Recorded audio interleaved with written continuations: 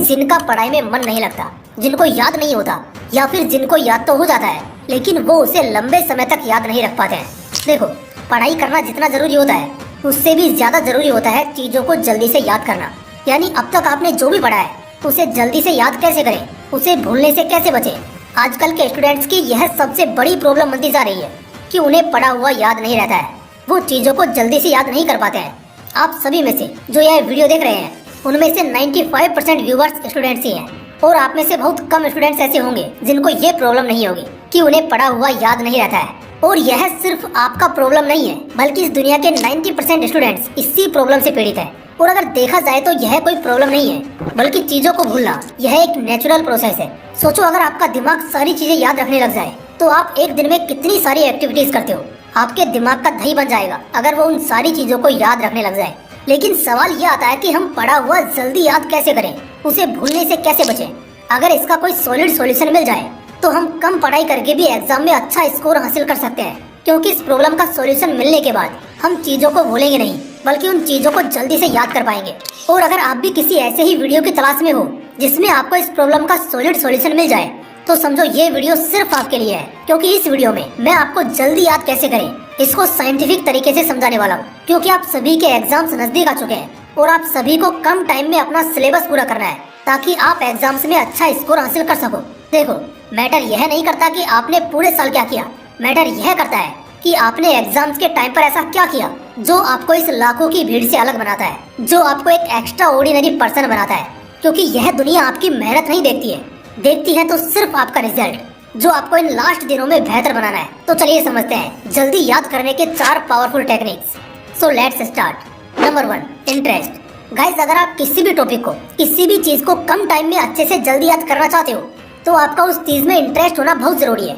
अगर आपका उस चीज में इंटरेस्ट होगा तो आप उसमें जल्दी से बोर नहीं होगे, आप बिना थके उस चीज पर लंबे समय तक काम कर पाओगे। आपको खुद को उस काम को करने के लिए मोटिवेट नहीं करना पड़ेगा, बार बार अपने आप को उस काम को करने के लिए पुश नहीं करना पड़ेगा।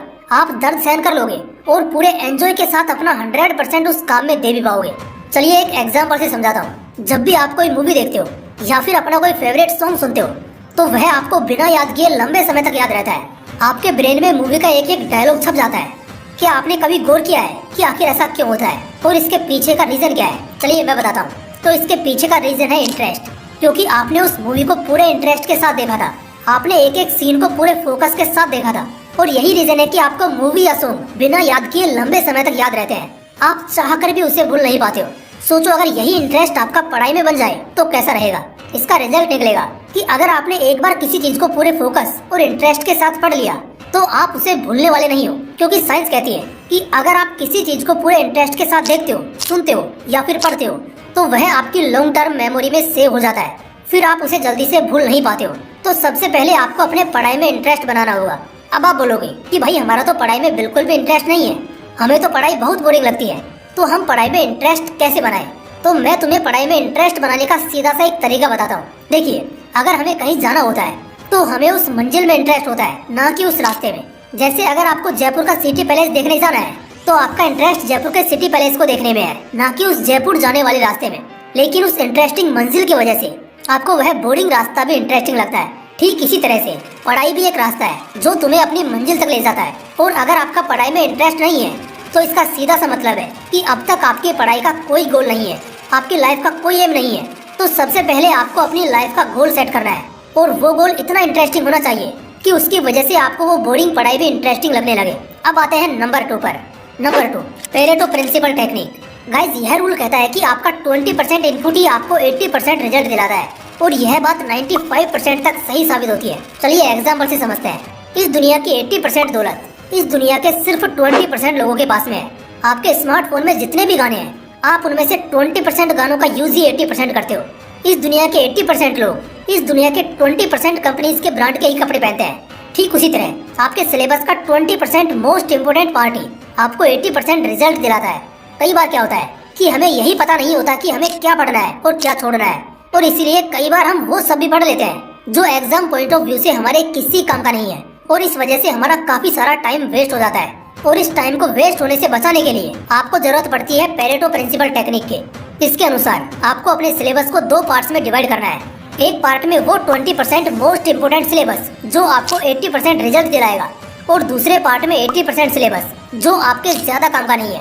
और यह जो 20% मोस्ट इम्पोर्टेंट पार्ट है, इस पर आपको ज्यादा मेहनत करनी है, क्योंकि यही 20% आपको एग्जाम्स में 80% रिजल्ट दिलाएगा। और इस पेरेटो प्रिंसिपल टेक्निक का फायदा यह होगा कि इसकी वजह से आपको चीजें जल्दी याद होंगी, क्योंकि आप सिर्फ वही पढ़ोगे जो आपके काम का है। इससे आपके ब्रेन में ज्यादा खिचड़ी नहीं बनेगी और आप चीजों को जल्दी याद कर भी पाओगे। अब आते हैं नंबर 3 पर, active and passive reading. Reading दो तरह से की जाती है, एक्टिव और पैसिव रीडिंग।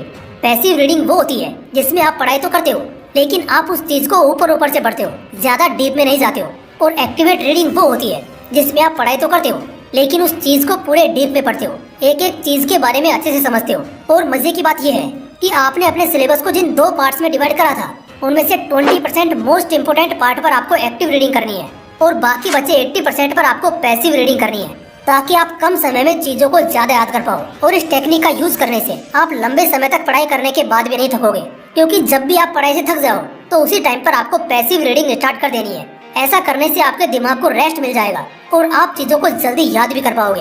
अब आते हैं लास्ट पॉइंट पर, नंबर 4, रिवीजन।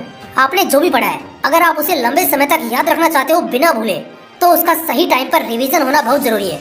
जितना ज्यादा इम्पोर्टेंट पढ़ाई करना है, उससे भी ज्यादा इम्पोर्टेंट है उसका सही टाइम पर रिवीजन करना, क्योंकि अगर आपने उसका सही टाइम पर रिवीजन नहीं किया तो आप उसे भूल जाओगे। भले ही आपने उस चीज को कितने भी अच्छे तरीके से पढ़ा हो, लेकिन एक टाइम ऐसा आएगा जब आप उसको पूरी तरीके से भूल जाओगे।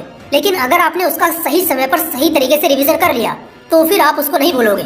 आजकल स्टूडेंट्स पढ़ाई तो खूब करते हैं, 10-10 घंटे, 12-12 घंटे, लेकिन वो उसका रिवीजन नहीं कर पाते।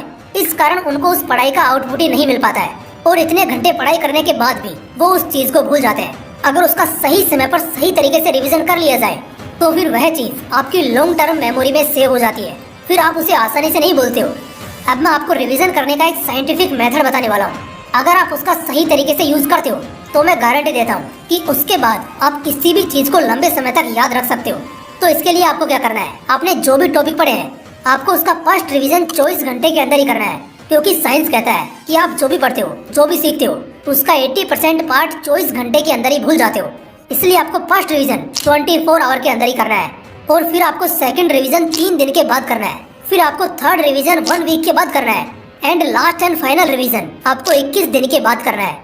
अगर आप इन चारों स्टेप्स को अच्छे से फॉलो करते हो तो फिर वह चीज लॉन्ग टर्म मेमोरी में सेव हो जाती है, फिर आपको वह चीज सालों तक याद रहती है। हो सकता है आपको सुनने में ऐसा लग रहा होगा कि भाई हम इतनी बार रिवीजन कैसे करेंगे, हमारे पास तो पढ़ने के लिए भी टाइम नहीं बचता। तो मेरे दोस्त, रिवीजन का मतलब होता है सिर्फ कीवर्ड्स को अपने दिमाग से होकर निकालना। रिवीजन करने में ज्यादा टाइम नहीं लगता, इसे आप खाना खाते खाते या टहलते टहलते भी कर सकते हो।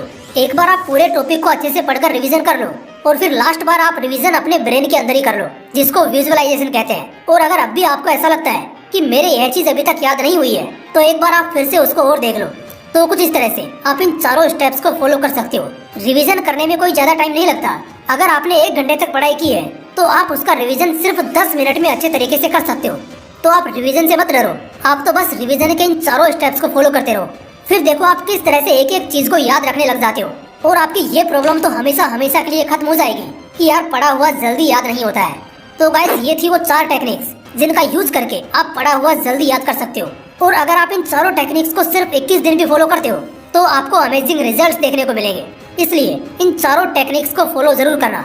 सिर्फ वीडियो देखने से कुछ नहीं होता है, वीडियो देखने के साथ साथ एक्शन भी लेना पड़ता है, तभी जाकर वीडियो में बताई गई बातें आपके लिए हेल्पफुल साबित हो सकती हैं। और हाँ, अगर आप अपने टाइम को अच्छे से मैनेज करके स्टडी करना चाहते हो ना, जिससे आपका टाइम वेस्ट ना हो, तो आप ये टाइम मैनेजमेंट ई बुक पढ़ सकते हो, जो स्पेशली मैंने आप लोगों के लिए तैयार किया है, जिसका लिंक आपको डिस्क्रिप्शन बॉक्स में मिल जाएगा। बाकी अगर वीडियो अच्छी लगी हो तो इसे लाइक करना और अपने दोस्तों के साथ जरूर शेयर करना। फिर मिलते हैं इसी तरह के एक और बवाल वीडियो के साथ। जय हिंद, जय श्री कृष्णा।